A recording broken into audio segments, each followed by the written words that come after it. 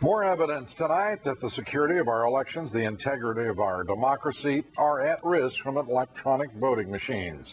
A county in Iowa has just come close to putting the wrong candidate in office because of a massive programming error. Kitty Pilgrim has the report. On June 6th, in Iowa's Pottawatomie County, the early electronic vote tally showed a popular 23-year incumbent losing to a 19-year-old college student. Highly suspicious, the auditor stopped the electronic count and started counting by hand. The electronic machines made by ES&S, one of the three major voting machine companies in the country, had miscounted every race on the ballot. The discussion that we've had afterwards, as we started doing our review, the company ES&S misprogrammed the computers, and then on our side, the tests were not thorough enough. So it was, we'll just say it was a 50-50 mistake on their side and ours. Knaus was running against 10 people in a Republican primary, and according to the voting machines, he was coming in ninth. After the manual recount, he came in first. He says without a paper trail, the election would have been completely botched by the electronic machine.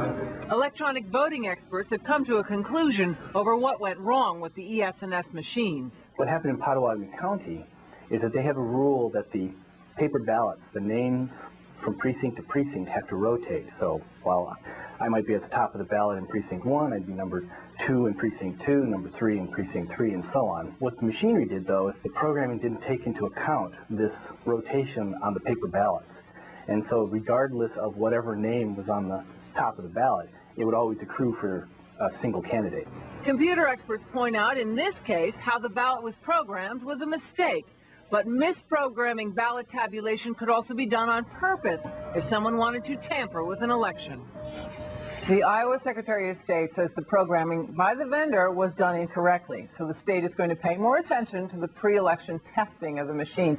But ES&S issued a statement saying the issue was not related to the reliability of the machines, rather error in the way the ballots were coded. It was a human error, they say. All of this goes to prove you really do need this paper trail. Went from ninth to number 1.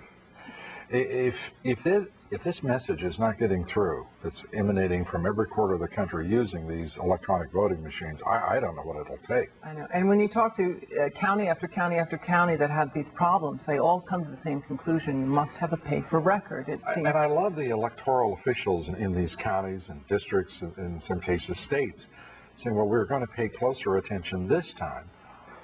Wouldn't you pay close attention every time? One would hope so. It is an election. Kitty, thank you very much. Kitty Pilgrim, this is one of those nights in which one has to shake your head. It's just one thing after another.